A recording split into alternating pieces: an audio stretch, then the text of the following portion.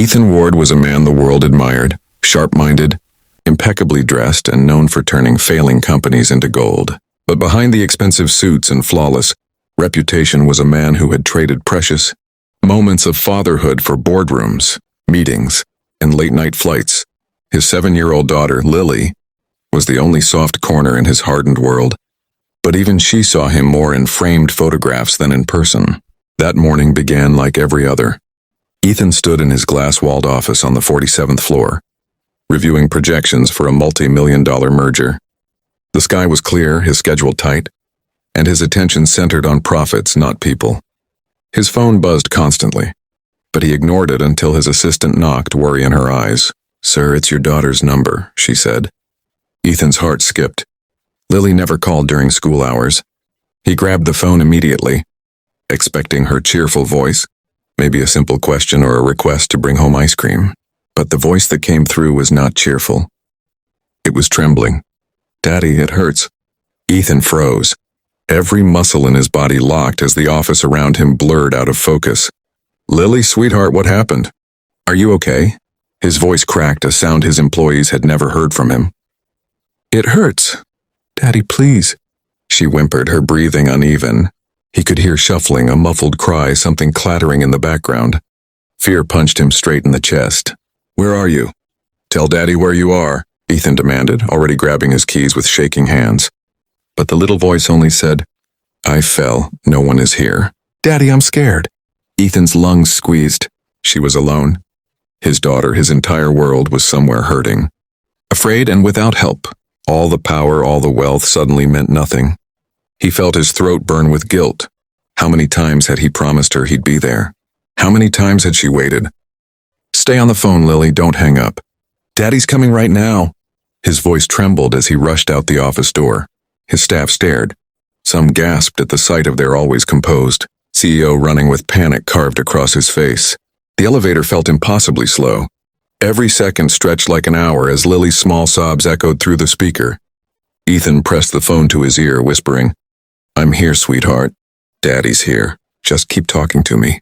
When he finally reached the parking lot, he sprinted to his car. His driver barely had time to open the door before Ethan barked, "Home now." As the car sped through the city, Ethan's heartbeat hammered loudly, drowning every rational thought. He replayed the call in his mind, each cry from Lily tearing deeper into his chest. He had built an empire but failed at the most important duty, being present. Then suddenly, "Daddy, it hurts more." The car screeched to a halt outside Ethan's mansion even before it fully stopped. He jumped out, barely hearing the driver calling after him. His heartbeat thundered in his ears as he raced up the steps, fumbling with the keys, finally shoving the door open with trembling hands. "Lily," he shouted, the sound echoing through the enormous silent house. No answer. He bolted inside, his footsteps pounding against marble floors. The mansion suddenly felt too big, too empty, too cold. For the first time, it didn't feel like a home, it felt like a maze separating him from his daughter. His phone was still in his hand. He tried calling her again. 1 ring. 2. 3. No response. "Lily, baby, answer Daddy, please." His voice was breaking. He ran toward her room first. Her small pink door was half open. He pushed it gently. The room was neat, untouched, like she hadn't been here all day.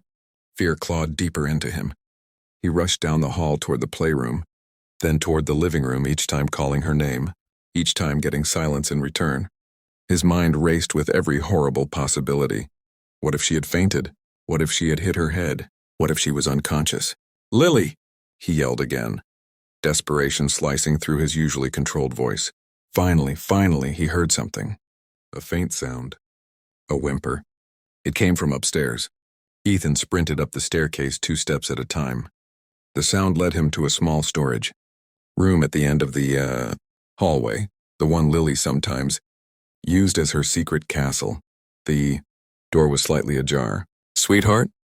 Ethan whispered, pushing it open slowly. There she was. Lily sat on the carpeted floor, one hand pressed against her leg. Her face pale, tears streaking down her cheeks. Her hair was messy, her breathing shaky. She looked smaller than he remembered, fragile, scared, hurting.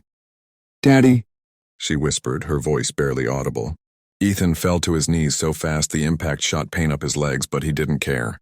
He crawled to her and gathered her carefully into his arms. "I'm here, sweetheart. I'm here. I'm so sorry." His voice cracked as he held her, his fingertips shaking as they gently touched her face. She winced when he moved her leg. "What happened, baby? Tell me." "I was trying to get my doll from the top shelf." Lily sniffed, "And I fell. My leg. Daddy, it hurts." Ethan swallowed hard, guilt burning hot inside him. "Why wasn't anyone with you?" "Where's Mrs. Hale?" He asked about her caretaker. She went out. She said she'd be back soon." The sentence felt like a stab. Someone left his daughter, hurt and alone. "Sweetheart, Daddy's here now. I promise I won't let anything happen." He kissed her forehead, gently, and pulled out his phone with one hand, calling the doctor immediately.